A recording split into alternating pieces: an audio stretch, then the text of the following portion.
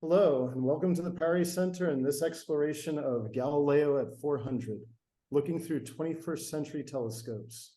Today, we will be holding the final session, part 3, expanding the scope of science with the Galileo Commission, a dialogue between David Lorimer, Marjorie Woollacott, Athena Potari, and Àlex Gómez-Marín. David Lorimer is a writer, lecturer, poet, editor, and spiritual activist who is a founder of Character Education Scotland, program director of the Scientific and Medical Network. He has also been editor of Paradigm Explorer since 1986. He was the instigator of the Beyond the Brain conference series in 1995 and has coordinated the Mystics and Scientists conferences every year since the late 1980s. David is also chair of the Galileo Commission, which seeks to expand the evidence base of the science of consciousness beyond a materialistic worldview. Athena Potari is a fellow at the Center for Hellenic Studies at Harvard University. She is a recipient of the Academy of Athens Award of Philosophy, author of A Call for a Renaissance of the Spirit in the Humanities, published by the Galileo Commission, and member of the Galileo Commission Committee. In 2019, she founded Athenoa, a school of Hellenic philosophy based in Athens, Greece. Athenoa approaches Hellenism as a living wisdom tradition whose very essence consists in the inextricable connections between science, reason, and spirituality. Marjorie Woollacott was professor and chair of the Department of Human Physiology and member of the Institute of Neuroscience at the University of Oregon for 35 years. She is co-director of the Galileo Commission, president of the Academy for the Advancement of Post-Materialist Sciences, and research director for the International Association of Near-Death Studies. Her book, Infinite Awareness, pairs Woollacott's research as a neuroscientist with her self-revelations about the mind's spiritual power. Àlex Gómez-Marín is a Spanish physicist turned neuroscientist. He is head of the Behavior of Organisms Laboratory in Alicante, where he is an associate professor of the Spanish Research Council. I will now hand things over to Àlex. Thank you, Michael. Thank you very much. Thank you, everyone, for coming, for attending live. And let me just remind you, this is the third installment of this series, and we are in celebration mode, 400 years anniversary. This is exploration, and this is also a way to invite you to read the classics and also to bring them back to the future. So I couldn't think of a better way of concluding this series than having our friends from the Scientific and Medical Network, in particular from the Galileo Commission. And this is what we will be doing today, be in conversation and explore certain themes that I'm sure resonate a lot with our audience here in Paris and the Galileo Commission's scope and goals. And so let me just, we'll be in conversation, the four of us, but as I was saying before we went live, I would really like to hear what you have to say. So let's imagine nobody's watching and we're having this kind of semi-private conversation about where we are, where we come from, and where we're going. And I've organized these in kind of blogs or questions so that to get us going. And the first one would be to discuss, to let us know a bit about the inception, the origin of the Galileo Commission, and also where it is now and to what extent it is making a difference in the world, so that we know a bit more about this beautiful, deep, and powerful initiative that you're leading. Welcome, the three of you. Thank you very much, Àlex, and very nice to be here with all of you. So I'll say a little bit about the origins of the Galileo Commission and where we've got to now. The reason it's called the Galileo Commission is to do with the metaphor of the telescope. And I have a quotation here, which I'll just read, which comes from a letter sent by Galileo to Kepler. And he said, "Here at Padua is the principal professor of philosophy, whom I've repeatedly and urgently requested to look at the moon and the planets through my glass, which he pertinaciously refuses to do." It's this last sentence that I think is particularly relevant, which he pertinaciously refuses to do. We maintain that there is a very good scientific evidence base for spiritual experiences, the systematic investigation of them, which many of us have actually been involved in various respects for decades. And so to refuse to look through the telescope is to be biased and not scientific, because being scientific is about being open-minded, curious, and evidence-based. And this particularly applies to the kind of slightly rabid skeptical movement that controls all the entries of this field in Wikipedia. So the Galileo Commission goes back about 5 or 6 years, and it was originally, I think after the 2016 annual meeting, that Chris Thompson, who sadly died since that time, and a few of us started talking about setting up some kind of project where we'd produce a report, and then on the basis of the report, we would try to encourage this expansion of science beyond a materialistic worldview, which is actually integral to the scientific and medical network founded in 1973, 50 years ago, and in terms of elaborating a new worldview, which is both scientific and spiritual. And so what then happened is that we commissioned Professor Harold Wallach to write the report, and it was published in 2018. It's 128 pages with many references, and there are different versions of it. There's the full academic version, and then there is a summary version, then there's a layman's version, and if you're really short of time, you can go to the summary of the argument in 13 languages, and which is just 2 pages and gives you the essential argument and position of the Galileo Commission. We were advised by about 100 academics originally, and this, what we're now calling professional affiliates, this is expanded to 500, and we've got another 1,000 plus friends of the Galileo Commission. You're welcome to join either as a friend or a professional affiliate. And so it's quite a body of people who are involved now. We have a steering group, and both Athena and Marjorie are on that. Marjorie is co-chair, and Eddie Villamoria, who's also here, he is a co-chair, sorry, not a co-chair, but he's on the steering group as well. And we hold regular monthly events and summits, and the summit that we've just held has been on synchronicity and the nature of consciousness, and that was over last weekend. And we're going to be holding another one in a month's time or so to launch a new volume edited by Ervin Laszlo and myself called The Great Upshift, again, which is to do with our worldview. And I just want to make a couple of points before passing over from a kind of historical point of view. And the first is the relationship between what was called primary and secondary qualities. And this was developed by Locke, Galileo, Descartes, and others in distinguishing between what they called primary qualities. And primary qualities were the visible, the tangible, the measurable, the mathematical, or measurable in that sense. And secondary qualities were everything to do with consciousness and subjectivity. And so taste, smell, the senses, consciousness more generally. And what this meant, if you just think of this a little bit, you've got these primary qualities and secondary qualities, which means that the primary qualities are more important. The quantitative is more important than the qualitative, when in fact they should complement each other in the same way as Ian McGilchrist suggests with his left and right hemisphere modes of attention.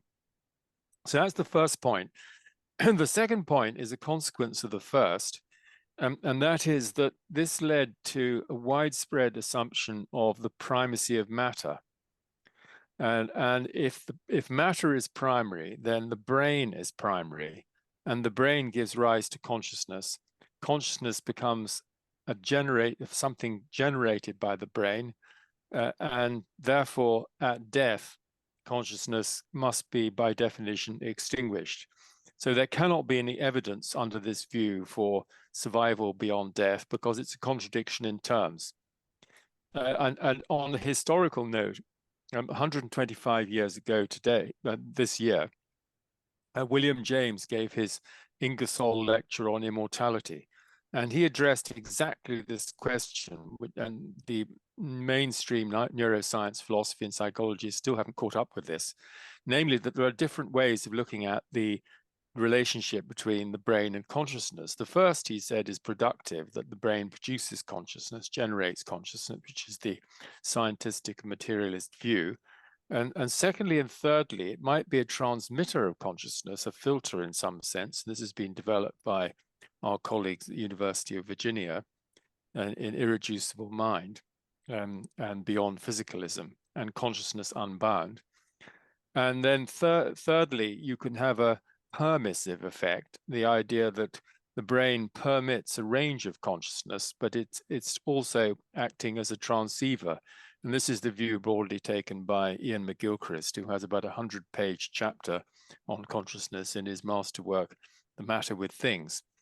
So that's a little bit about the origins of the Galileo Commission. We're just going into another phase now. We've just received confirmation of funding for the next 3 years, 2024 to 26. And so we've got some exciting projects on the stocks. We're expanding our work, which is very encouraging. And then, as I say, I've just made these sort of 2 historical notes to give some context to our discussion. So enough from me. That's wonderful, David. Very useful to get this going. Thank you very much. And I'm not going to be giving. This is not an interview, so Marjorie and Athena, please feel free to jump in and add, compliment in any ways. Yes, I should have. I was not going to mention the Renaissance towards the Renaissance report, so I was going to leave that for Athena to talk about. But this call for a Renaissance of the Spirit in the Humanities is our complementary initiative to the report, which Athena will say more about, and that's an essential piece of our work as well. Maybe a way of progressing forward would be to, as I say, double click on what you just said. And I'm curious about the double aspect of the Galileo Commission and also our efforts more generally of going against something, what that against is, but also of presenting or giving space for, so it's like the affirmative side of things, right? And you mentioned like, what's this telescope that some people refuse to look at? And we're pushing against that, but also there's a positive side, something we're bringing to the table. Perhaps we could articulate a bit more what those 2 aspects are, because it's not just about, or perhaps it's not even about convincing or persuasion. It's more about acknowledging what's already there. And I suppose that's also what you found. And this is already a 3rd question in a long sentence I made. When you started the Galileo Commission, you realized that, well, you were just giving a platform or voice for views and feelings and thoughts that were already there. They just, and now they had a way to come to the surface. Yes, I think that's exactly right. and following on from what I just said, what we're proposing is that consciousness is fundamental, which is what Max Planck said in 1931, and Schrödinger and Pauli and others as well. And some would go for a dual aspect monism. That's Harold Wallach's position in the report. But others would go for a more idealist view and say that consciousness is primary, not just fundamental. So we're at least asserting that it's fundamental. And I think this is a view that more and more people are coming round to when they really think seriously about this. Marjorie, what's your position on this? Because this is something that you have something to say about, I think. Well, I do. And I would even step back just one step back in terms of what Àlex was saying, because I think, as Àlex, you mentioned and David mentioned too, the issue about consciousness being fundamental has been out there for many, many centuries. And we know that. And yet right now, in the last, say, 3 centuries, we have been focusing mainly on the material side of things. And what it reminds me of is this metaphor that we see so often in the picture of the vase and the 2 faces, that you can see one or the other depending on how you are focusing on foreground and background in that picture. And I think that that's really what we're dealing with here. It's the scientists who are only able to see through their five senses are only seeing one thing, for example, just the vase, but the people who are able to see with this extra perception that allows them to see things beyond just the five senses, see something very different. And the point is, they both are true in their own ways. And if we can simply expand the materialist worldview to accept that the other one is there too, we could change society completely just in that one shift to say, oh yes, we're going back and forth constantly between one and the other. And I just want to now mention too this issue of the whole Galileo telescope phenomenon, because I was telling Àlex before we came on that I went back to look up the whole issue of Galileo and his telescope and how the various Catholic monks would not even look in the telescope. And I thought what was so interesting for me as an analogy to what's happening with our materialist colleagues is that they said that it was because when they looked at their own Catholic scriptures, it said things like the earth is immovable. And it said something like the sun rises and it sets every day, you know? And so they were saying, well, there's the truth. It's written in our dogma and we cannot go against the truth. So you cannot be right. So why should I look through the telescope?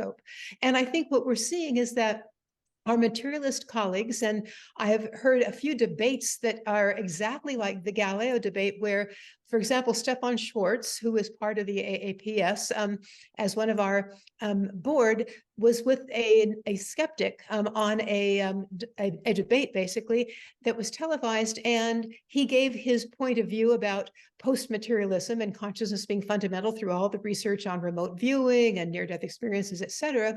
And the person that was opposing him said, well, it's simply not true. And basically, Stefan Schwartz said, look, you can read all of my papers. I sent them to you in advance so that you could see the data. And the man said, well, of course I didn't read the papers because I know they can't be true. And I mean, there's exactly the telescope phenomenon. I'm not going to read your papers because they cannot be true because they go against my materialist theory, which we call dogma, because they are not curious to see what is happening. So I think the interesting thing about that, though, is that, as Àlex said, how do we shift from only thinking that we can see things through the five senses to seeing that maybe we can see a lot more, that we can see the other perspective? And I should say that I was one of those materialists for much of my life as a neuroscientist. I was trained as a materialist. I only experienced things through my five senses. And it took a meditative awakening, in a certain sense, a spiritual experience that was mystical for me to say, oh my goodness, I've been missing something all my life, and to make me curious about going back to the scientific literature now and looking to see if there was anything there that actually might support the other side of that vase, humans, faces picture. And in fact, lo and behold, in the literature, there were all of these studies about the authenticity and credibility of near-death experiences, of sci phenomena. And of course, I read Ed Kelly and his colleagues' book on the brain showing the irreducible mind, which basically gave me so much evidence I couldn't believe it. And it was then with the curiosity that I could begin to actually shift my worldview and begin to do my own research in the area, now that I opened up my eyes to see a broader framework. Yes, lovely. Would you then, as you're expressing this, it's not team A versus team B. It's not blue team against red team. So there's a place, it seems, there's a place for everyone. Maybe we could spend a few more minutes, at least that's interesting to me, because sometimes we, or I can come across as confrontational when we are discussing the other side. Another strategy would be more invitational. And another one would be to completely ignore the other side. And again, I'm very curious as to, perhaps you've practiced the three modes and you know when they work and when to use them, if to use them at all, right? Because at the end of the day, we want to convince ourselves, but also we're social beings. And so conflict, in a way, it's inevitable. So what would you say, and I invite any of you, of course, to just comment on that or any other related thought that this question may spur on you?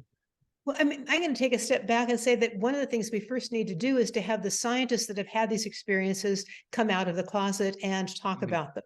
because then you can really begin to have a dialogue. Until that happens, they won't even talk about it. So I think that's the first thing. And I think the beautiful thing that David and I were able to do with this book that we edited that's from the AAPS Press is to ask many of our colleagues who are scientists, but were closet meditators or had spiritual experiences they didn't talk about, is to say, would you write a short essay basically telling us what your view was before, what happened to you, and how that transformed your life? And in doing that, we found amazing things about how their life was transformed. And I think what you're saying is that, in fact, it wasn't that they turned from a materialist to an idealist and scoffed at the materialists that were their colleagues. They now simply accepted that they had a slightly broader point of view, and perhaps they could do research to maybe help their colleagues expand into a broader view, so that we aren't, again, opposing, but we're saying, let's see if we can see the whole picture, and then perhaps say,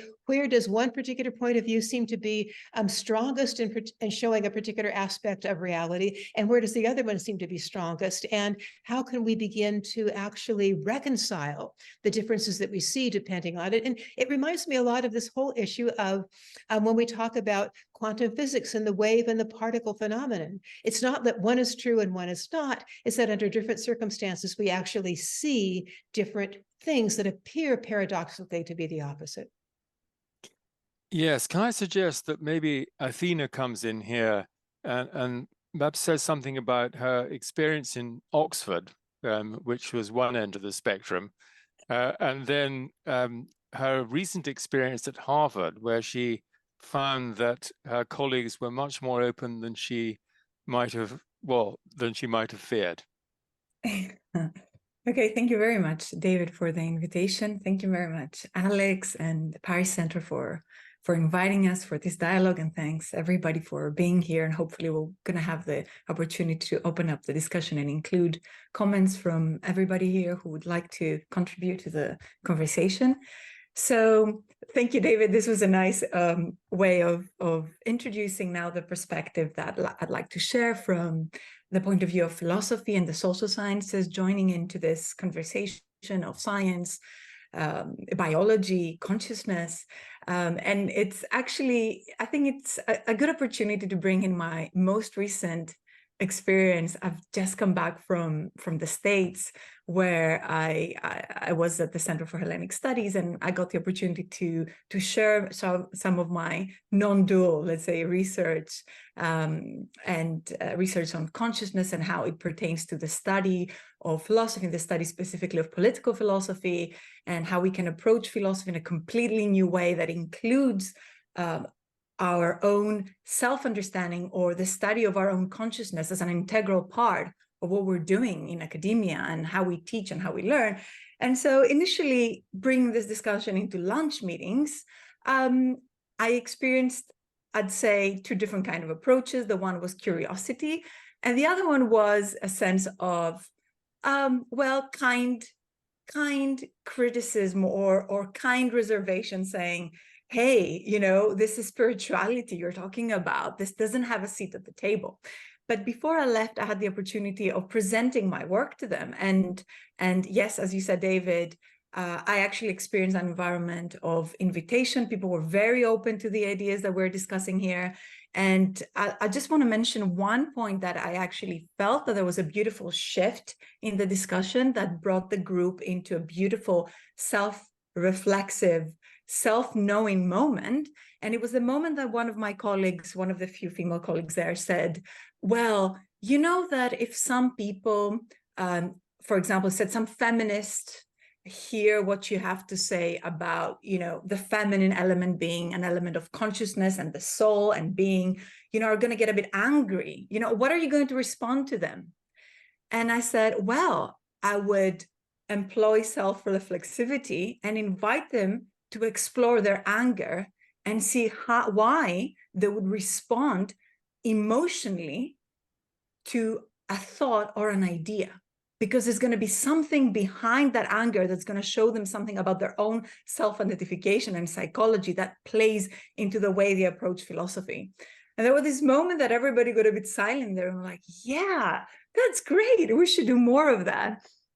And that was, it was kind of a beautiful moment of integration in the group, which will bring me, if you don't mind, a bit back to Aristotle and his metaphysics, because I saw a lot of what we're discussing here, both in Alex's introduction and what you said, David, but also especially Marjorie's contribution to touch upon an area that we call metaphysics, and a term that has been unfortunately translated as something that was not meant to be, because the first time we find that term is not in ancient authors. Okay, so metaphysics sounds like ancient Greek term.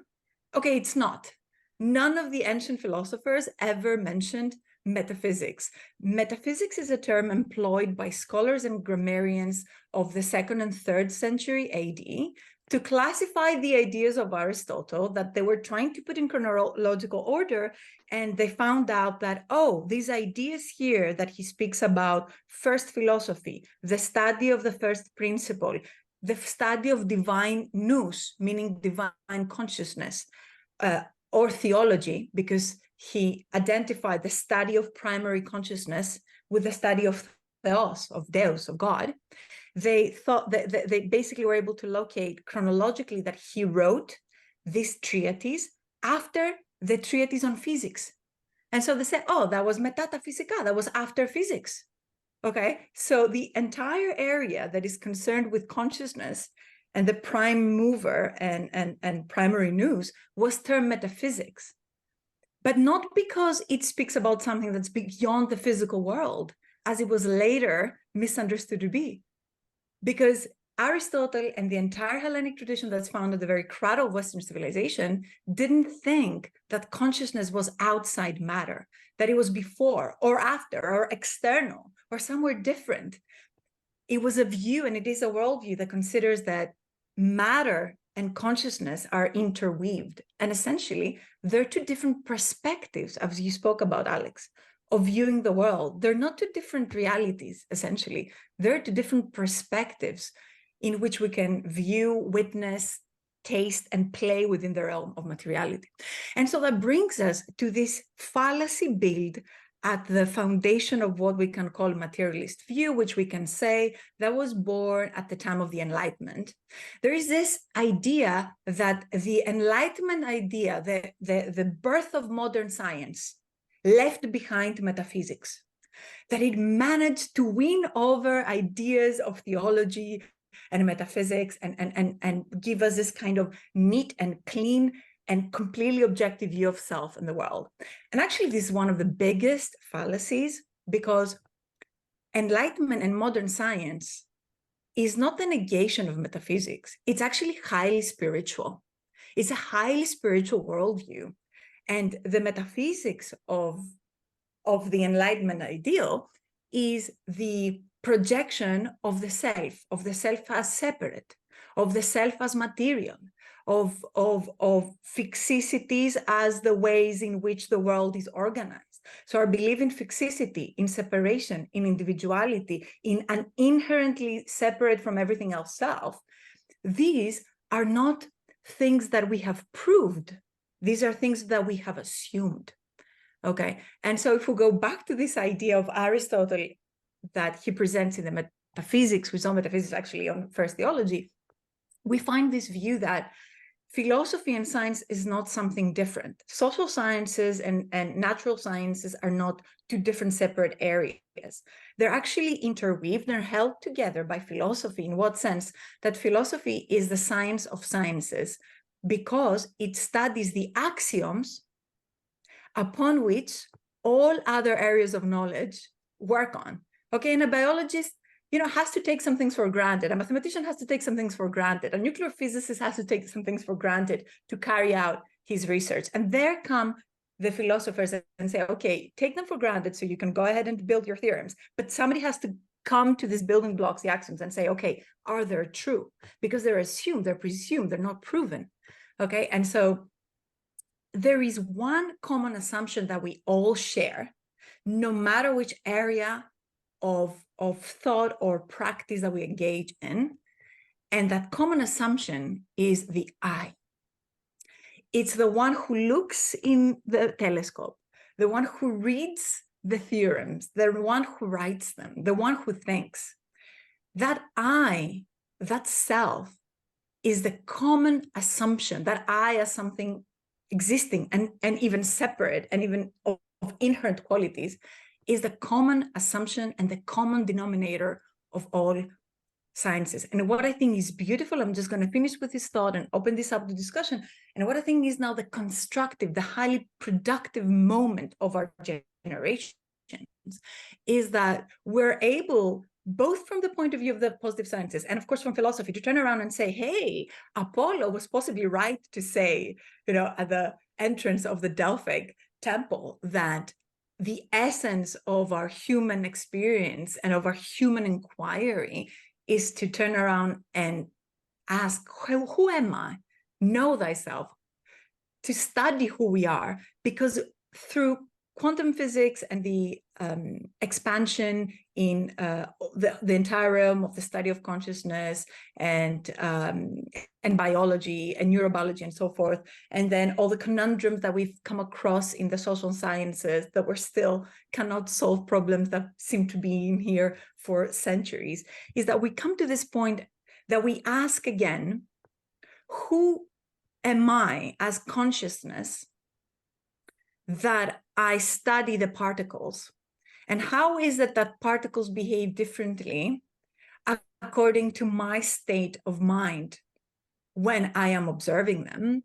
And how that bring back into the game the importance of studying how the common denominator of science, which is I, may be influencing and infiltrating what is going to be the object and also the results of my research, so that instead of seeking to see knowledge as something outside of us, we can take this moment and pause, turn the mind's eye back into the I, and say, okay, what is the consciousness that perceives matter?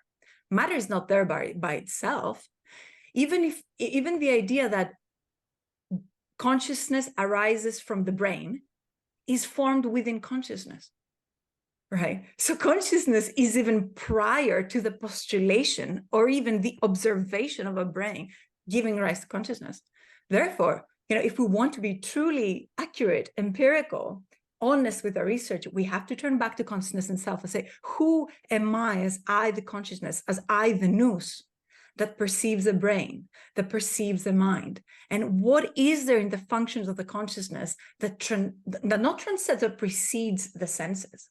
The senses are perceived by consciousness, right? So there must be something prior to consciousness that allows the senses to be circulated by them, to become known by that which precedes them. So I just want to bring that to the kind of the field of the discussion and say that the fact that we can go back to those questions, and I say go back because these are questions that were there in ancient times, when mystics were saying, philosophers were saying, hey, we are pure nous, right? We're pure consciousness. So these are ancient questions, but they build ancient and new futures. So it's really a privilege to be at that point in evolution of consciousness, that we can bring them back into the table of universities and of forums such as this. Yes. Thanks so much, Athena. It reminds me of what I think is a very funny story about Jacob Needleman.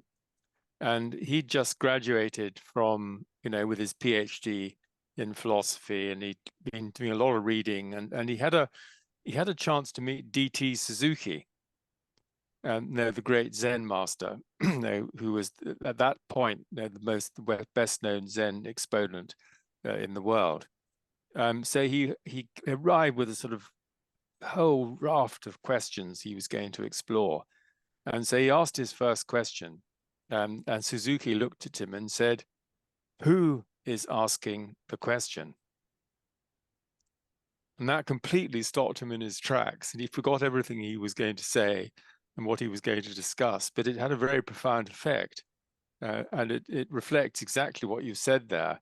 They're starting with this self-reflexive, and interestingly, and I sometimes make this point, but the very etymology of the word consciousness means to know with. And so that's the faculty which by means of which we know anything at all. Mm.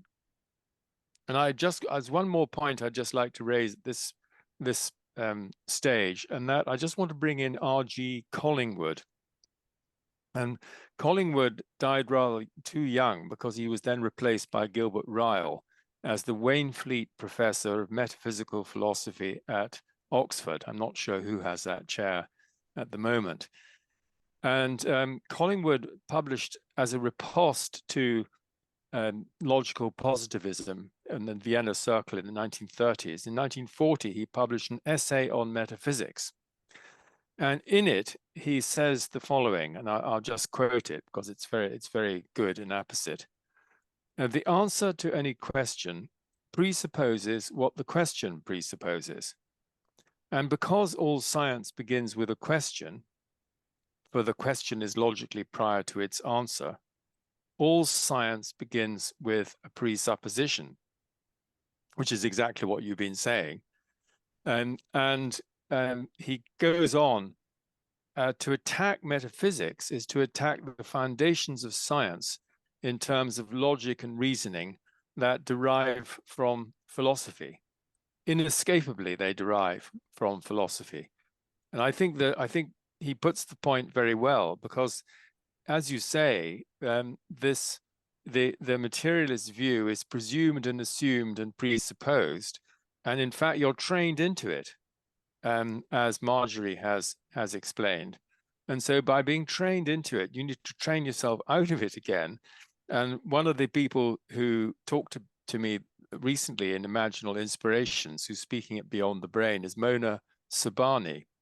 And she said one of the most interesting things she observed in herself was after her spiritual opening, how her very manner of thinking was changing.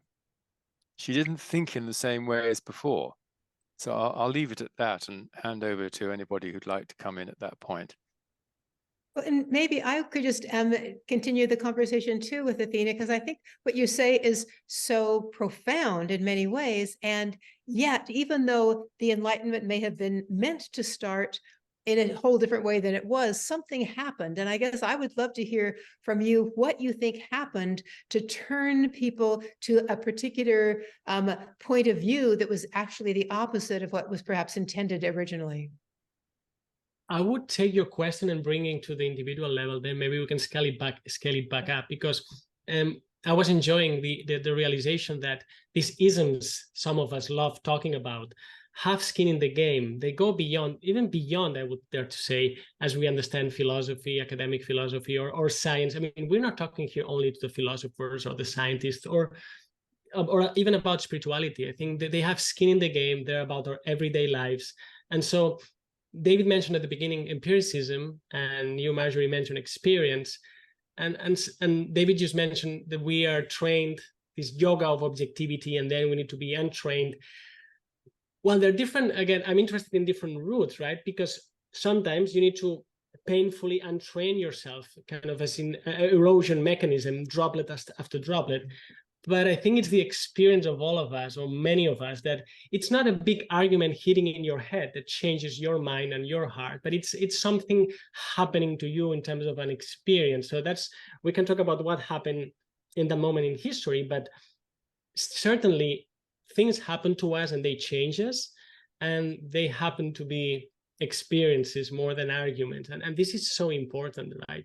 Because then we realize, oh, maybe these isms, maybe I was a materialism on the weekdays and an animist on the weekends, and we were so contradictory, right? What matters is how we live our daily lives. So another way to just summarize that thought, and I'm sorry if I deviated from your question, Marjorie, is metaphysics is great, but as I think Henry Bergson, one of my favorite philosophers, said, a philosophy that doesn't portray a world with trees is useless. I would say all of this ism discussion we're doing is useless and meaningless if it doesn't help put my girls to bed in a more joyful manner or in a more aware manner. Otherwise, well, we're just playing like intellectual games. But the Galileo Commission goes far beyond these important but insufficient games of the mind, I would say. And maybe I just want to add one thing to what you're saying. I think what I am really asking of all of us, perhaps, is were some of those people that shifted from the original understanding Athena was talking about of enlightenment, et cetera, people like myself when I was young that could only see through my five senses. And I thought those other people that saw more were crazy. I mean, weak-minded, whatever we want to call it. So there is something about experience, as you're saying, that's critical. And some of us are skeptics only because our experience is, for whatever the reasons, relatively limited, and we haven't had that broader, whatever we could call it, perspective awakening. We didn't come into the world with that, and we needed to do a lot of development before we might get there. Totally. Yes, I think an interesting case in point was Sir Freddie Ayer, A.J. Ayer, who towards the end of his life, he had a near-death experience. And wrote about it in The Spectator to say that actually it had changed his view. Curiously, he saw a red light rather than the white one, which most people see. And then he kind of retracted this, this position when he was upbraided by his materialistic friends, including Sir Herman Bondi, who told him he had to pull himself together. And really that you can't just change your mind because of some experience like that, and it was probably pathological and drug induced anyway.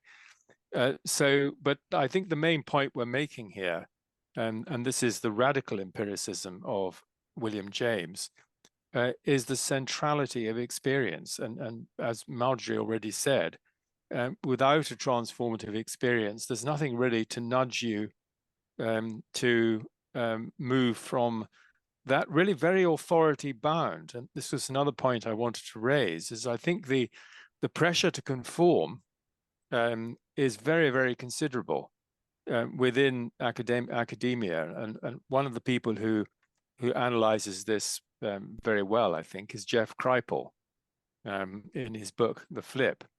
And he says, to dismiss this evidence is to miss. And he talks about the idea that the brain might be a filter of some kind that is actively suppressed in the universities, and people are ridiculed and marginalized. And then you can't get research funding to investigate these questions because they're not mainstream. And so there's a sort of systemic closure whereby it's difficult to make progress, and we are making progress, but we could do with more support. Can I say something on this? That's actually somewhere between what you, David, and Marjorie said. I've been observing that all of us, irrespective of the degree of knowledge, openness, or self-inquiry, we're not operating just with the senses. We respond to vibes, we respond to cues we pick up energetically, we respond to psychological interactions. We have intuitions, we have premonitions, we have likes and dislikes. We work with this whole universe of other things further than the senses. But the thing is that we're not aware that we're doing that. And that is where the con aspect of consciousness comes. And actually the etymology is the same in Greek, is synειδηση, which is basically knowing, co-knowing. It's like there is a knowing that operates on a level of nous, on a level of consciousness. But the point is to realize that this is going on. And before that, when we say I function just with the five senses, no, we don't. No, we don't. When I enter into a room with people who are materialists, they may not like our energy. They don't like our vibration. They may not like, there's a whole range of other inputs to our epistemologies, that come in. And so we believe that we function with our five senses. The five senses is a belief, right? And so that's where I think Plato comes in, and this whole analogy of the cave is just so rich, so profound, because he doesn't just give an allegory of the cave. I assume people know this allegory is like kind of the matrix.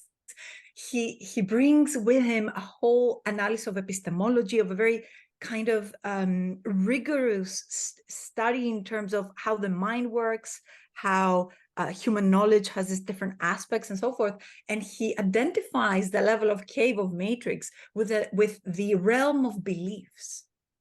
And so what you were talking about, Àlex, and I think David as well, and Marjorie, you mentioned it before too, the way that we see many structures of academia work nowadays is a level of dogma, is a level of belief.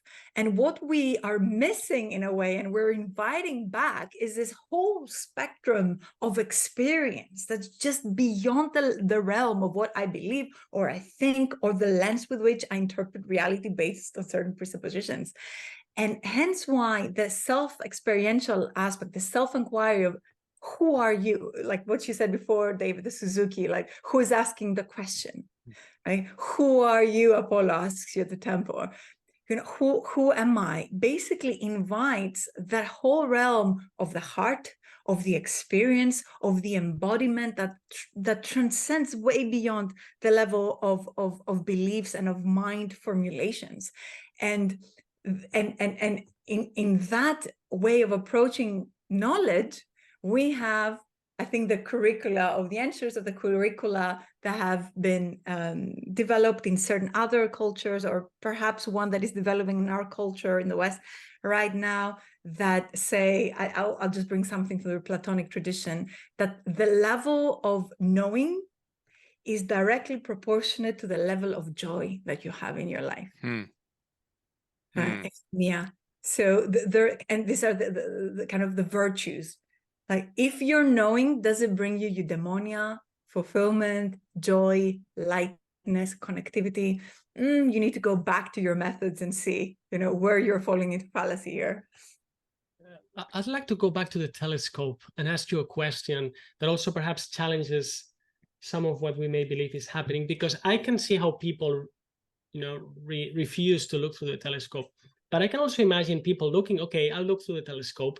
Like the first time transitioning from physics, theoretical physics, pen and paper, to neurobiology. Well, to look, for instance, through a microscope, it's not that easy. You need to, even if you're willing to, you need to learn to look through the microscope. And I suppose it's the same with the telescope. And I was wondering, and I'm not no historian of science here, but Galileo realized that the moon had mountains. But I suppose, of course, it was in part by improving the technology, like Ramon y Cajal with the neurons. But I suppose other people, the first time looking through a telescope, perhaps they wouldn't realize, oh, these are mountains, therefore this and that and that, and the whole change happens. So what I want to get at is not only beliefs blocking us, but also attention, right? And training and education, perhaps. Because, okay, I'm willing to look through the telescope. Still, I need to learn to look through the telescope and pay attention to different things. I think this is very important in what we're trying to do.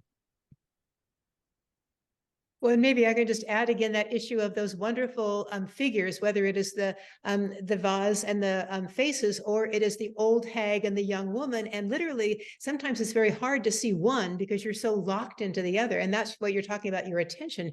And suddenly, when you soften your gaze, you do something and shift it, it may happen.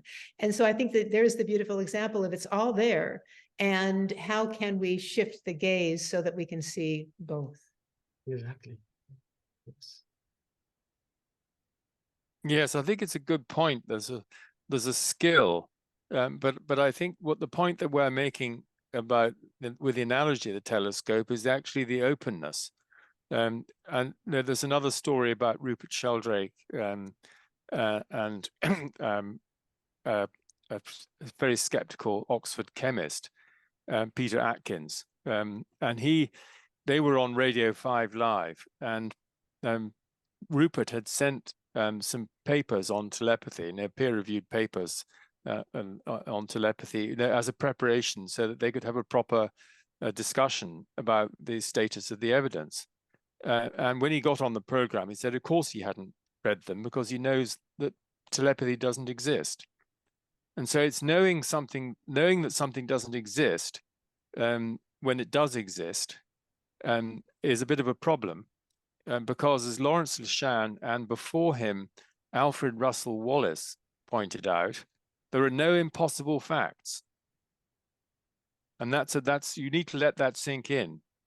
There are no impossible facts. And let me just see if I can find the quote from Wallace, because it's very witty. It's about it's from an essay that he wrote on, here we are. And this is his conclusion. To put the matter in a simple form, the asserted fact is either possible or not possible. If possible, such evidence as we have been considering would prove it. If not possible, such evidence could not exist. I mean, game, set, and match, from a logical point of view, I think. And incidentally, if you want a total demolition of Hume's essay on miracles, then Alfred Russel Wallace is the place to go. And I can guarantee you'll laugh out loud when you read his refutation. And it's the 200th anniversary of his birth this year, and we have a lecture coming up next month to commemorate that. Totally. Yeah, to entertain the impossible is so healthy. What does it mean to say that something is impossible? It's a good yoga. And Okay, Àlex, yeah.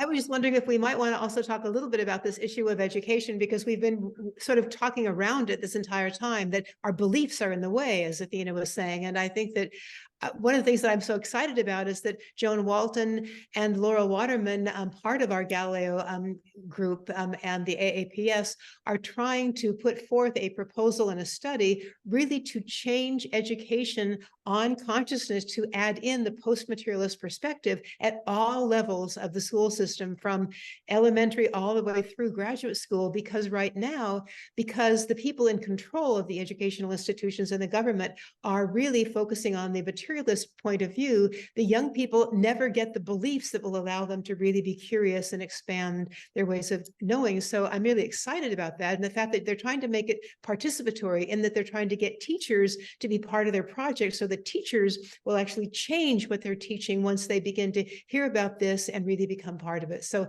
I'm very, very enthusiastic about that way forward. Absolutely, and we've got some preliminary lectures on, or discussions coming up on the 7th, 14th, and 28th of November. And I just wonder if Athena could say a little bit about her call for renaissance of the spirit in the humanities, because we haven't focused on that in particular, but I think it's very important, because I think the pressure that the humanities have come under in the university system reflects not taking our humanity seriously. Because the humanities basically is, how do we become human?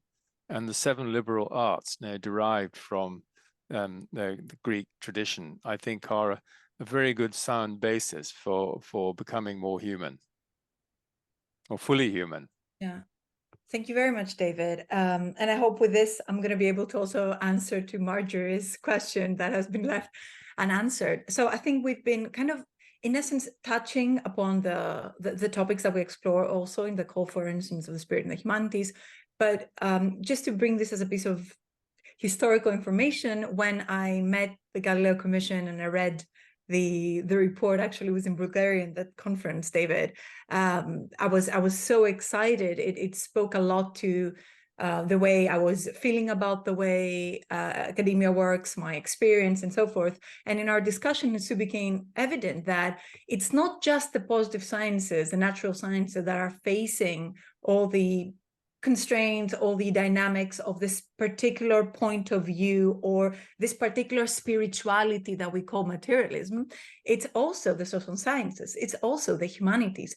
And so that was when the team, the Galileo Committee Steering Group, we decided that it would actually be necessary almost to create an equivalent document to make the same case for the social sciences and the humanities, and hence the call for a renaissance of the spirit in the humanities was born. At the beginning, we called it a manifesto, but then the team soon realized that it was way too much of a polemical term to say manifesto, and we want to practice and emit the opposite. We wanted a call, an invitation. And so in that document, we also make the case of how the same issues of materialist reductionism, focus on the isolated self, and of knowledge as something outside of us, as something external to us, have affected the ways we approach the humanities. And in a way has blocked humanities of delivering, as you said, David, its purpose, which is both to make us human, to realize our potential of wholeness, joy, happiness, but also to bring about societies and polities that can also advance the common good, that can also advise the fulfillment of our purpose on earth as social beings. And so just to make a short note, a short mention in connection to ancient Greece, in ancient times, and not just in Greece, but in other civilizations all across the globe, India, the East, perhaps even, you know, in the West, in certain traditions, the humanities was not something that we studied as an object in the laboratory, that we studied under the microscope. It was a practice of self-uncoming and re-becoming. So it was a process of, as you said, Àlex, forgetting what you know. Aletheia is a process of removing lethe, removing oblivion. So it was a case that we put everything that we think we know and believe under the microscope of the nous. We question what we think we know, and then we start to work on knowing the different powers of our being: emotion, desire, mind. How does it work? What's the difference between belief and diania and knowing, and how all this reflects energetically in the way we feel, in our psychology, in our bodies. And it's basically a process of becoming what we can become, of realizing our potential. So it's an intimate process. It's an erotic process in the sense of it's a love path, Socrates says. It's an alchemical process that we are the ones in the laboratory being cooked. And that is what humanity is all about, right? And then humanity has become, according to the ideal of the Enlightenment, this cold, distant, observed experiment in this white laboratory, which has deprived it of its potential. So what we're trying to make as a case is that, we need to bring back these experiential factors that start and end with knowing ourselves. That's wonderful, Athena. Thank you very much. We're reaching the hour, time flies, and I see a few hands. I'd like to ask you for final remarks before we open it up for comments and questions from our audience. And also I take the opportunity to frame it in this question, which is, where do you see the future challenges and also even the blind spots of ours? Well, I think it's a process. I think one of the challenges is the rise of technocracy and transhumanism, which is something that we've talked a bit about in the Galileo Commission, and we have a working group on that topic. Because with the progress in computing power, AI, and so on, and this idea that the human next step of evolution is the merging of the human with the machine, this, to me, goes right against the grain of what it really is to be human from an inner spiritual point of view, which is why I frame it transcendence, not transhumanism. And by transcendence, I don't mean detachment. I mean fully being, and emphasizing the importance of the being and the becoming process, which Athena has been referring to. And so I think that we'll still have, there's a very strong tendency in this direction, and the people with a lot of money and power behind it.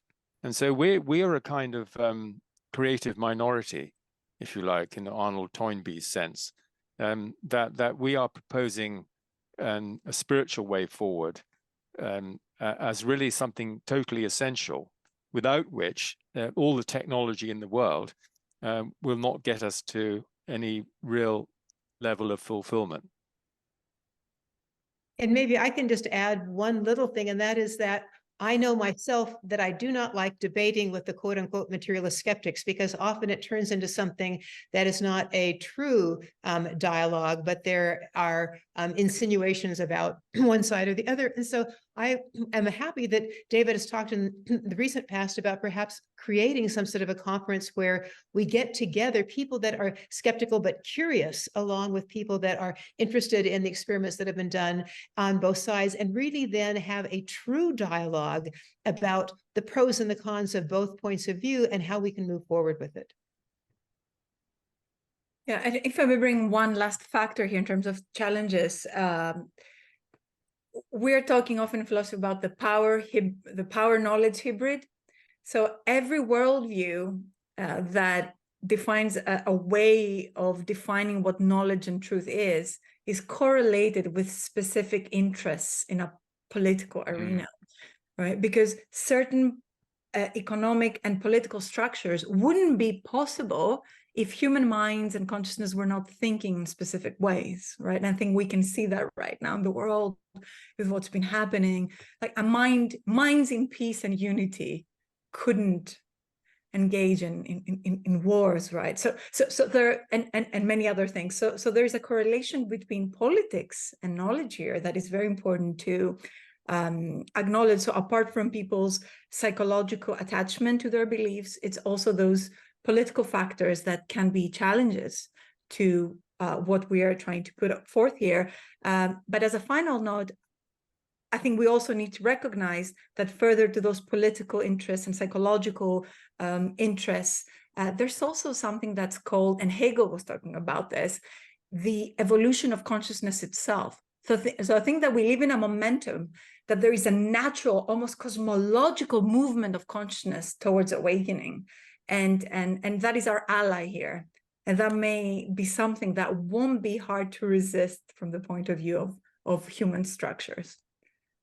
Thank you very much, the three of you. What an amazing offering of fruits of thought and for the heart as well. Okay, so I'll open it up now for our audience so that they can continue our conversation. Thank you all so much. Todd, would you like to come in with your question? Not a question as much. First of all, it's lovely to see these familiar faces. That's always a glory. You can hear me? Okay. But what I would like to, I so appreciated the book Spiritual Awakenings for highlighting those in academia and in the science realm, because we look up to those folks as having attained a certain amount of prestige. But I think it's also equally important to not, to consider equally valid speaking of these topics coming out in the lay world, because that's where some of the pressure comes on changing things. And I can't count how many times in speaking of consciousness and my conversion to its primacy, in talking with folks that I would not think I've thought of these things before, and trying to talk about it, cogently, a number of folks very well informed in the sciences or otherwise would say, I've never thought of it that way. And so it's the beginning of an opening for somebody to consider it differently, because this circle that we're in right now, we're obviously very familiar with the concepts, and we wouldn't be here on this call if it wasn't. But those in the lay world, it's a whole new thing to them. But many folks are open to it much more so than possibly those that have a firm position in academia. So again, I so appreciate Spiritual Awakenings, but I think we can just bring the conversation into conversations with regular folks, and that starts a whole nother moment. And some of those folks that I talk to further, just as a nod to David, I send them Mr. Kripal's book, The Flip, afterwards, because that gives them something to latch onto and go from there. So anyway, just a comment and thank you.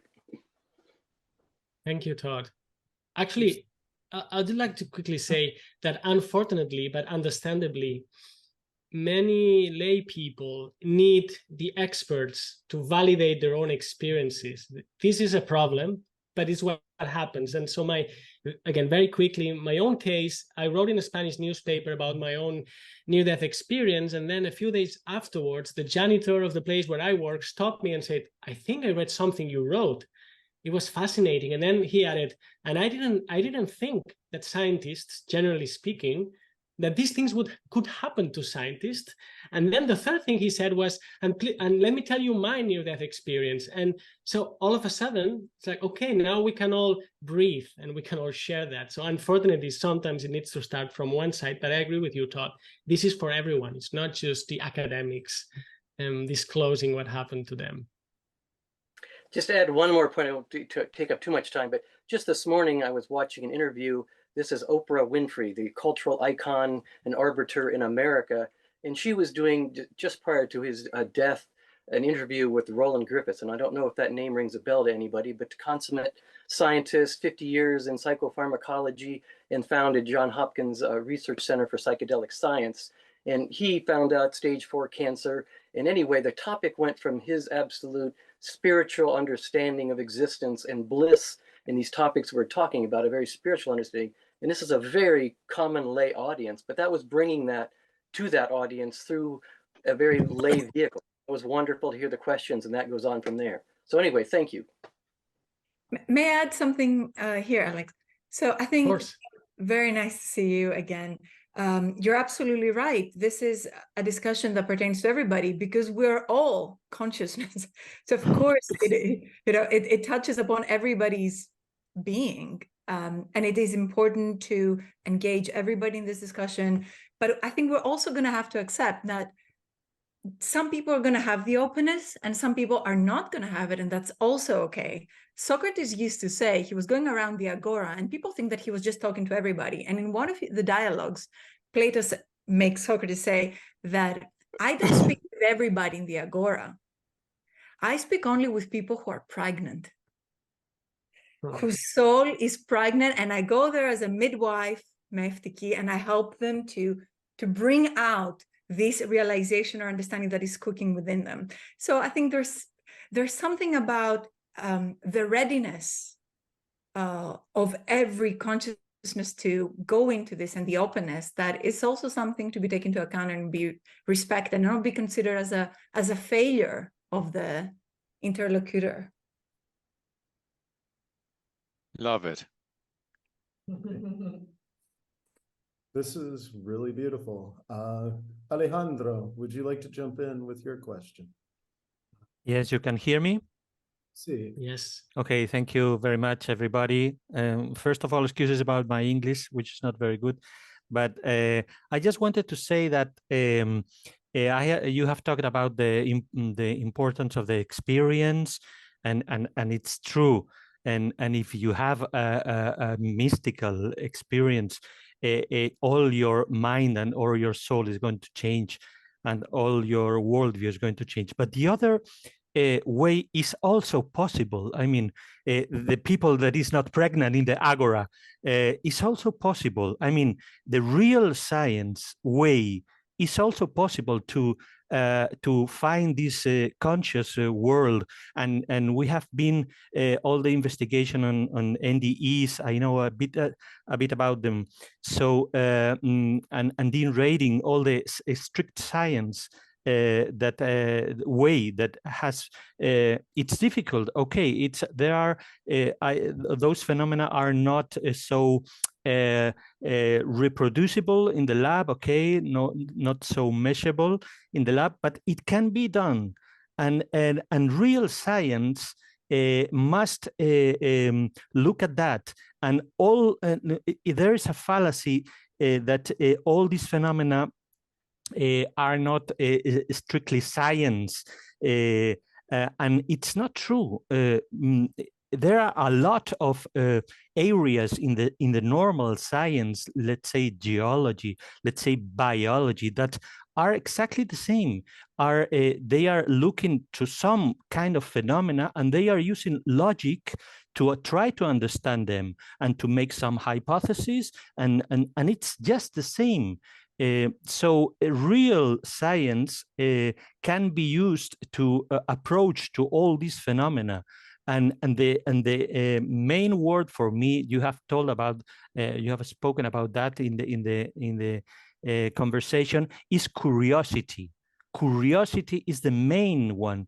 The real scientist must address the anomalies with curiosity, and I just wanted to say that of course the experience, if you have an experience, you have a way, a direct way to all this world, but the other way is also possible, and real science can be a way to discover and to study all this new world. So thank you very much, everybody. And Alejandro, could I just make a quick response to that? Because I totally agree with you. And here's just one quick example. When I was doing my research in neuroscience on rehabilitation medicine, I would submit an article to a journal called Experimental Brain Research. And after a number of reviewers' comments, I would modify it and it would be published. And then I would go to the same editors with my work on meditation. And now it was like EEG studies on meditation. And they would say, oh, sorry, we don't deal with non-mechanistic research.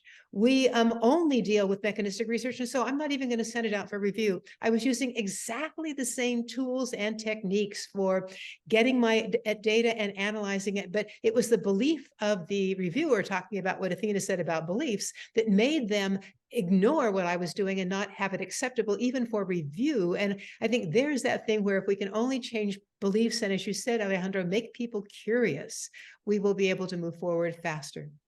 That's right.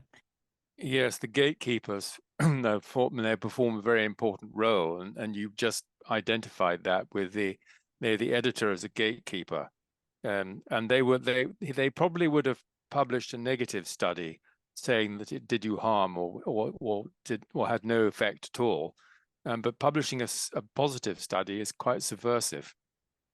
And I would add to that there's also another factor, which is that these phenomena, when they happen spontaneously in our lives, well, they just happen. When we want to have them manifest in the lab, it's not so easy. They don't come up upon our command. We don't really know how to make them happen, how to trigger them. And then they also seem to have this trickster nature. So, but I agree with you, Alejandro. We can also do science with it. We should, and this is not a rejection of logic or the intellect. It's precisely its exercise. And one more thing, because you mentioned curiosity, and I'm all for it. This is, we could call it the sunlit path. This is a path towards this phenomena that it's the kind of the loving, the easy, the smiley one, like the smiley emoji.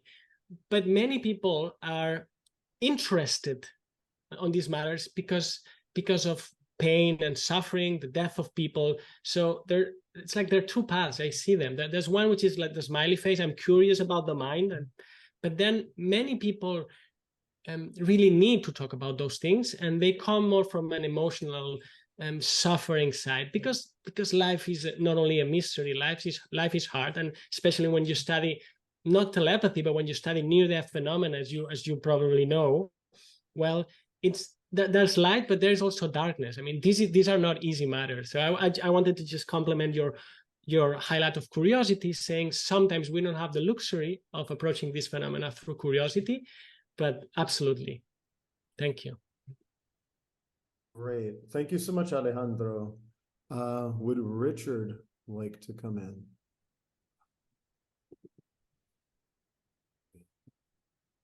Thank you. I think this was an excellent discussion, but I have a pragmatic question, partly touching on what Todd said. I will be forever grateful that my transformative experience occurred through meditation, in which the mindset and the setting was extremely well circumscribed. But I was very impressed in listening to Roland Griffiths, who made the point that he had been meditating for 4 to 5 years before, after, as a skeptical scientist, seeing the improvement, the benefits that people were getting at Johns Hopkins from the use of psychedelics.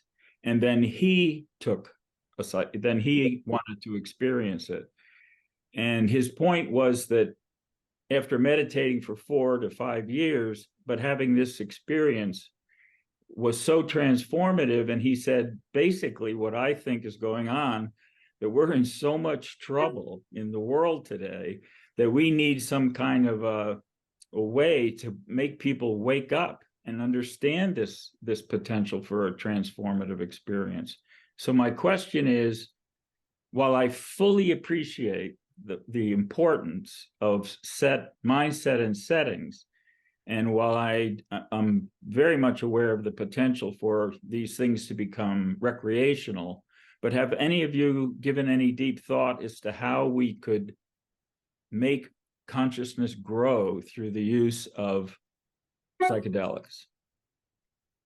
Well, Richard, could I just quickly add one thing about a study that I'm trying to do right now with Jan Holden from International Association of Near-Death Studies, is to work now with psychologists that are using ketamine in psychotherapy legally now. And in fact, I'm doing some studies where we can actually do certain scales, looking at them before and after their ketamine therapy to say what has really changed. And I think there we have a beautiful example of how we can legally offer this. We're already offering it, but we can actually do studies at the same time related to how this might open them up to what we're calling a near-death-like experience, where they actually go beyond their body, et cetera. So I think that that's a beautiful way where it's now becoming possible in our society that people under very careful clinical supervision are able to have access to such awakenings and experiences. Yeah, I'm a retired surgeon, and I used Ketelar in the operating room for many years by sedating the patient and then giving a short-term IV dose, because it's a profound analgesic. So I could then inject a patient for, say, 10 minutes and they would feel nothing. Then as both the sedative and the Ketelar would start to wear off, so they started to they would report these profound experiences. And one time I had an artist who told me, "Don't give me any more sedation.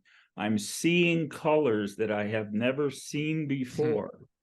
And she later told me, I said, were you ever able to reproduce the color mixing pigments? And she said, "No, I could not." Thank you.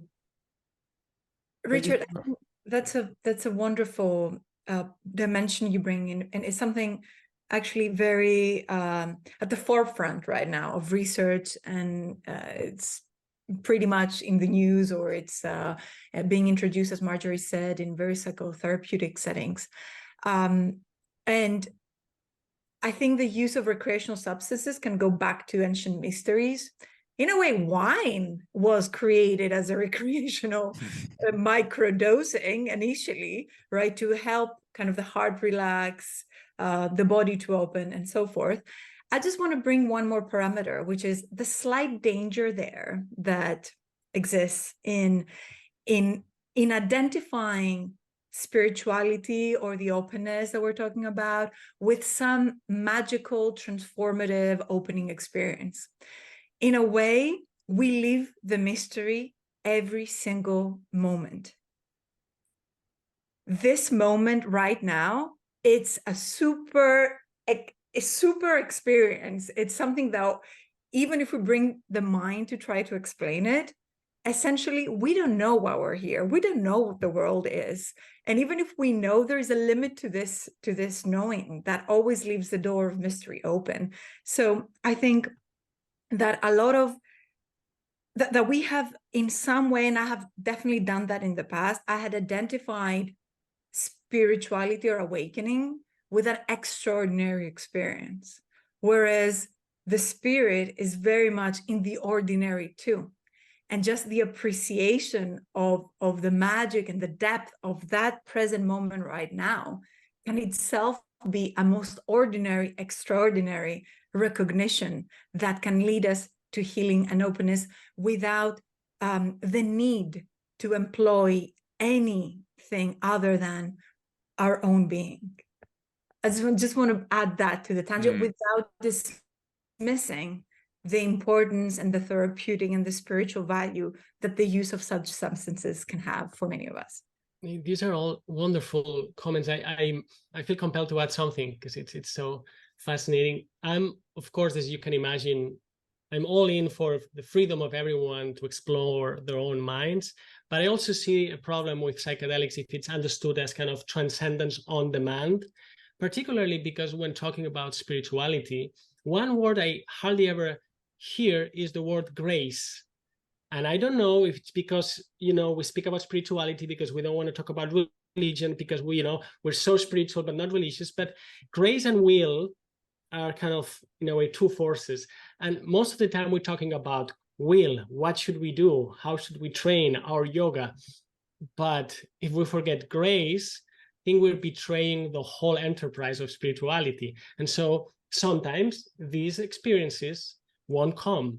And too bad. I mean, it's a mystery, and one must, at least that's what I think, one must be in a position of just receptivity, and they should come if they have to come. I'm not saying a bearded man from a cloud sends them, but let's not forget grace. Otherwise, it sounds too much as what we want to avoid precisely, which is, okay, I want my transcendence now, right? Give it to me. I deserve it. Yes, there's a wonderful phrase that was used about 30 years ago by Guy Claxton in a meeting we had on science and spirituality. And he said, what spiritual discipline meditation is about is to make you enlightenment prone. He didn't say it could guarantee anything, but it might increase the probability. But of course, it's really embodying the great values is what it's about, rather than having experiences. It's embodying love, embodying wisdom, embodying truth, embodying beauty, goodness, peace, joy. That's what it's about. And David, can I add one more thing? And that is because I totally agree with you, Àlex, that one of the things I have heard so often in the text from many ancient traditions is you are only really allowed to put forth your own effort in a certain sense, but have no expectation about the outcome. It's about the process and learning from the process. And then grace can come, but you are not concerned about the outcome. And I think that's the hardest thing for all of us in our current society to be able to do, to let go of the outcome and just enjoy the process. Yes. This is really great. We actually are running out of time. So Àlex, I'd like to bring it back to you. Do you have any closing comments? Because I know we have a few announcements at the end. All right. Well, I'll open it up for David, Athena, and Marjorie to make some final reflections if they wish, and then we can close it with some announcements that David has to make, and then I'll invite Eddie as well. But before that, do you have any final comments to make? I'm asking you, David, Athena, and Marjorie. Well, I can say while you jump in that I think yes, I terribly enjoyed this conversation, and we should have more of these, because this thing that I hope happens sometimes, either it's in a one-on-one or 1-on-3 or 3-or-4 and whatever time signature we use here, that there's something, there's the esto, aquello, and eso that I tend to tell to my English-speaking friends. And in Spanish, we have like these 3 words, this, that, and something in between. And I felt that that something in between today manifested, and I'm so grateful for you to having contributed to that. Well, I want to add that I really appreciate the combination of us today, because Athena, coming from this deep philosophical background, and especially the Greek philosophical background she knows so well, gives me a much, much broader point of view on understanding what's really happening with our problem today with these 2 different points of view, and how we might really begin to merge and expand our points of view. So I appreciate all of the different points of view on that general question. Yes, and Athena and I, Athena was a key person in this, and Todd as well, and 1 or 2 others who are here today. We're at a meeting in Epidaurus recently, and that was designed really to take us back to the roots, to take us back to this self-reflexivity.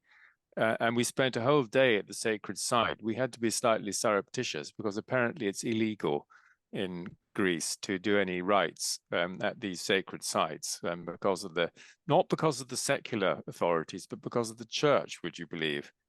And so I think going back to your roots is very important, and the roots of ourselves is really the sense of being a center, that the self that we've been talking about, but the center is, and I take Thomas Troward's view on this, the center is everywhere.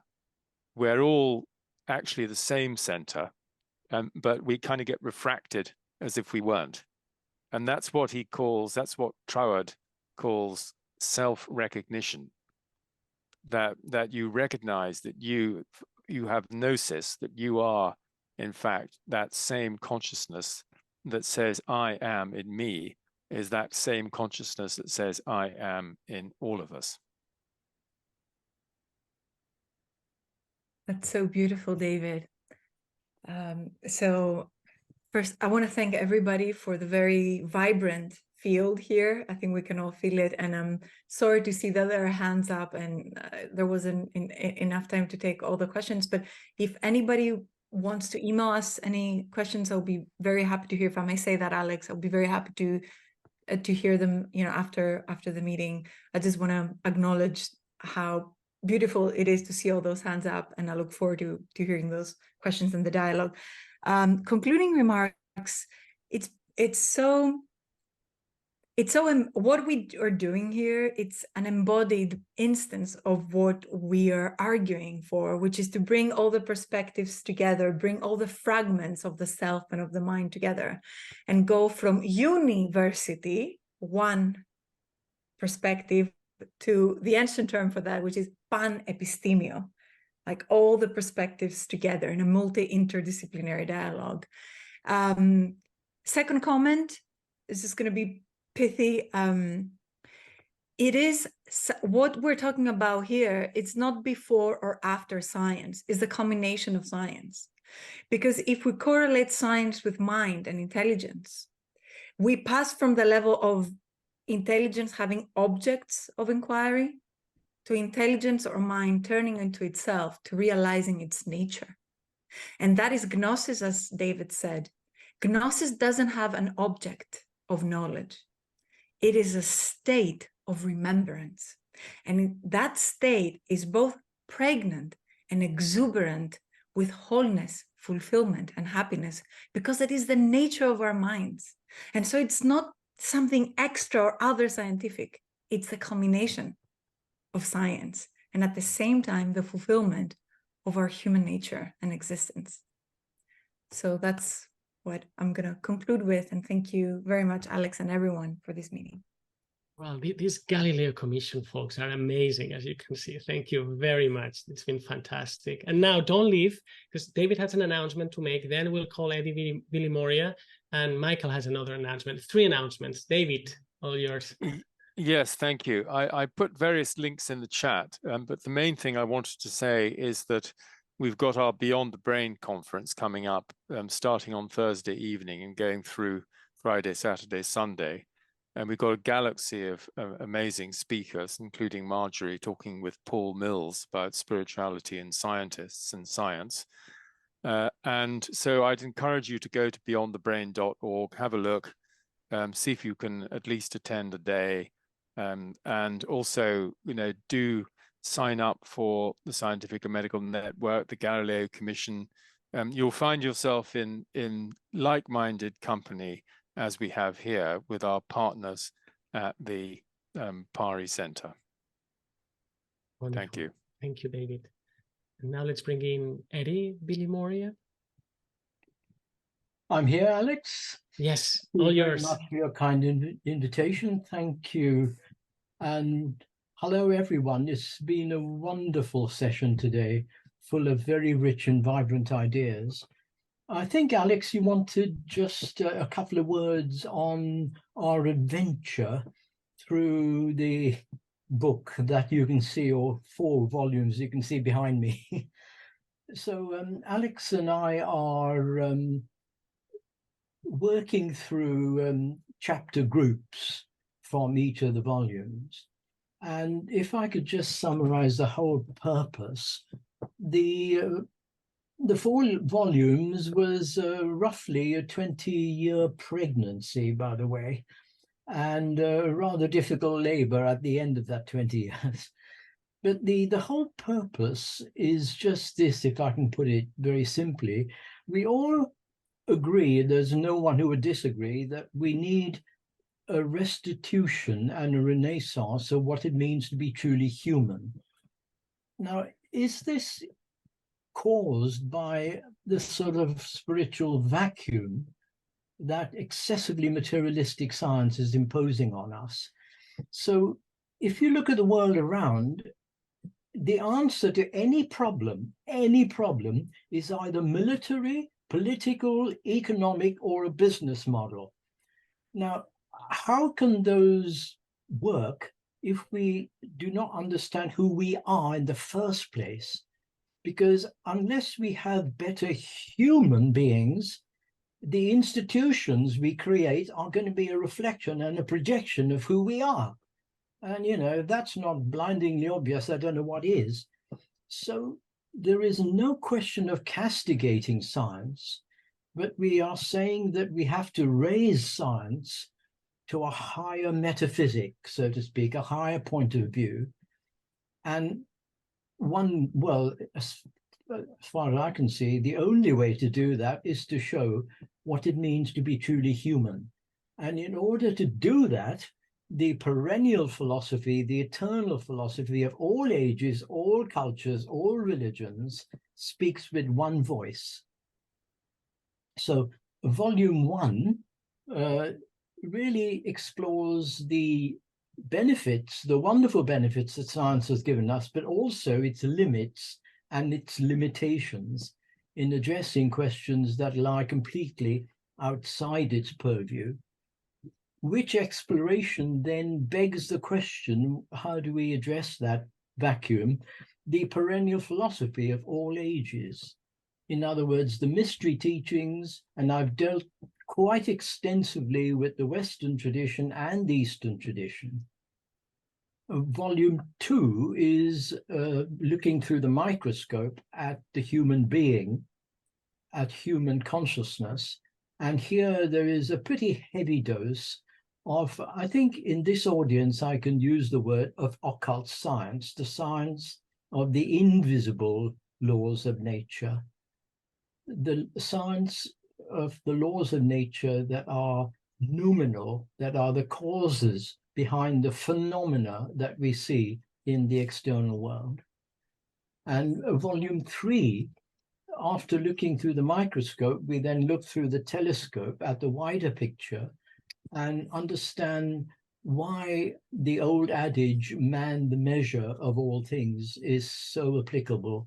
By understanding ourselves, we understand the universe and our fellow human beings, of which we are a part. So the absolute central message is the primacy of consciousness, not as a belief system, but as a demonstrable fact. It is the primary element, so to speak, and that primary element expresses in various forms. And it is to show that the universe, man, and nature are all pervaded with intelligence. There is no such thing as blind mechanical law. Everything is the outcome of intelligence. Great, thank you so much. I think very happy to expand on that, but that's, I think, a couple of minutes. Eddie, and the announcement is that we'll have been covering your book. We've recorded almost all of the first volume, and we'll announce it, and people will be able to listen to our conversations and of course read your book.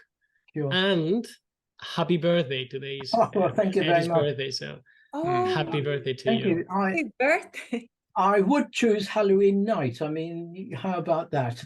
And in volume 2 of Unfolding Consciousness, I talk a lot about ghosts and apparitions and near-death experiences. So I chose that before I was born.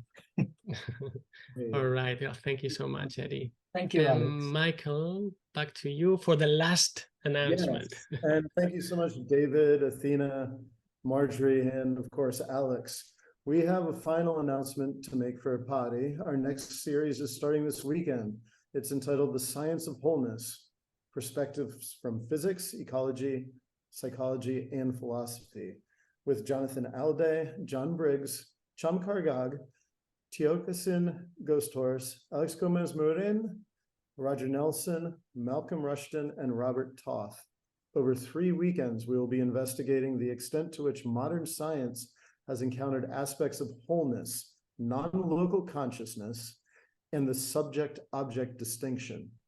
We will also consider what a post-reductionist science might look like, drawing on the experiences of indigenous cultures. The link is in the chat for more information, and please feel free to sign up. All right. Well, thank you, everyone, again. Thank you, David, Athena, Marjorie. Thank you, all of you who came to this gathering, and see you soon. Thank you all so much. Thanks so much. Thank you so much. Thank you so much. Have a great night.